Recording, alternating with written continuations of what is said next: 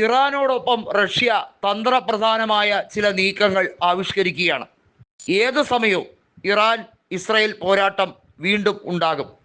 അത് മുൻകരുതലോടെ തന്നെയാണ് അയത്തുള്ള അലി ഖമനേയി വളരെ വ്യക്തമായി സൂചന നൽകിയിരിക്കുന്നത്. ഏത് സമയവും ആക്രമണം പൊട്ടിപ്പുറപ്പെടാം. കാരണം ഇനി വെച്ച് വൈകിപ്പിക്കാൻ കഴിയില്ല. ഇസ്രയേലിൻ്റെ തെമ്മാടിത്തരം അവസാനിപ്പിക്കേണ്ട സമയമായി കഴിഞ്ഞിരിക്കുന്നു. കുരുതിക്കളമായി മാറുമോ മിഡിൽ ഈസ്റ്റ് എന്നുള്ളത് മാത്രമാണ് ഇനി കാണേണ്ടത്. അമേരിക്കയുടെ ഉപാധികളെ എല്ലാം തള്ളിക്കളയാൻ മാത്രം ഇസ്രയേൽ വളർന്നോ എന്ന ചോദ്യവും മറുഭാഗത്തുണ്ടാകുന്നുണ്ട്. കാരണം ഫലസ്തീനുമായി ബന്ധപ്പെട്ട വിഷയത്തിൽ വെടിനിർത്തൽ ആവശ്യപ്പെട്ടുകൊണ്ട് അമേരിക്കൻ പ്രസിഡന്റ് ഡൊണാൾഡ് ട്രംപ് പറഞ്ഞ നടപടിയെപ്പോലും ഇസ്രയേൽ വകവയ്ക്കുന്നില്ലെങ്കിൽ ഇനി യുദ്ധമല്ലാതെ മറ്റു വഴിയില്ല എന്നുള്ളതാണ് ഇറാനും പറയുന്നത്. ഇറാനും റഷ്യയും കൂടി ഒരുമിച്ചാൽ ഇസ്രയേലിന് തടുക്കാൻ കഴിയില്ല. അമേരിക്കയുടെ സഹായം കൂടിയേ തീരുകയുള്ളൂ. അമേരിക്കയുടെ നയങ്ങൾ അംഗീകരിച്ചില്ലെങ്കിൽ ഇസ്രയേലിന് ഇനിയും ബുദ്ധിമുട്ടുകൾ ഏറെ ഉണ്ടാകും. ഇസ്രയേലിൻ്റെ ഉരുക്ക് ഡോമുകളെയൊന്നും ഇറാൻ മിസൈലുകൾ ഭേദിക്കില്ല എന്ന് വിചാരിച്ചിരുന്നൊരു കാലമുണ്ടായിരുന്നു. അതൊക്കെ ആ പ്രതീക്ഷകളെയൊക്കെ തെറ്റിച്ച് തന്നെയാണ് കഴിഞ്ഞ തവണ വലിയ സ്ഫോടനങ്ങൾ നടന്നത്.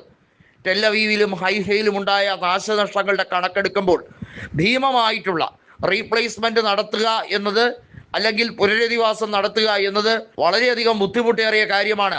ഒരു ഹെർക്കൂലിയൻ ടാസ്ക് തന്നെയാണ് എന്ന് ഇസ്രായേൽ പ്രധാനമന്ത്രിയായ ബെഞ്ചമിൻ നെതന്യാഹുവിന് മനസ്സിലായി കഴിഞ്ഞിരിക്കുകയാണ്.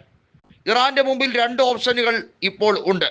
ഒന്നുകിൽ വലിയ രീതിയിൽ ഇസ്രായേലിനെ കടന്നാക്രമിക്കുക, അതല്ലെങ്കിൽ റഷ്യയും ഇറാനും ചേർന്ന് മറ്റ് പല വഴികളിലൂടെയും സമ്മർദ്ദം കൂടുതലായി UN-ൽ ചുമത്തുക എന്നുള്ളതാണ്.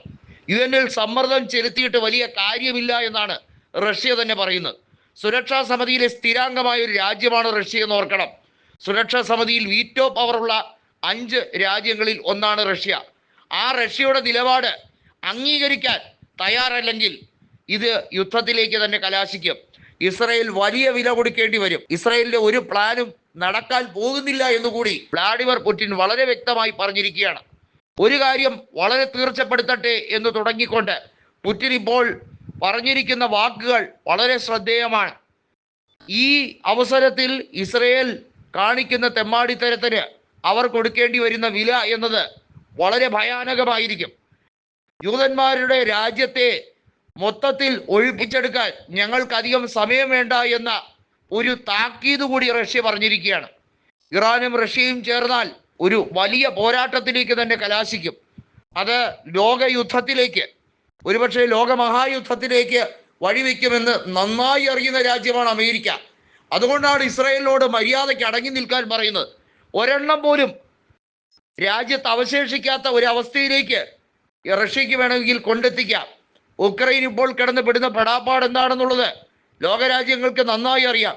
യൂറോപ്യൻ യൂണിയനെയോ അമേരിക്കയോ വകവയ്ക്കാതെ തന്നെയാണ് റഷ്യ ഇത്രയും നാൾ പോരാടിയത്. ഇനിയും അങ്ങനെ തന്നെ ആയിരിക്കും.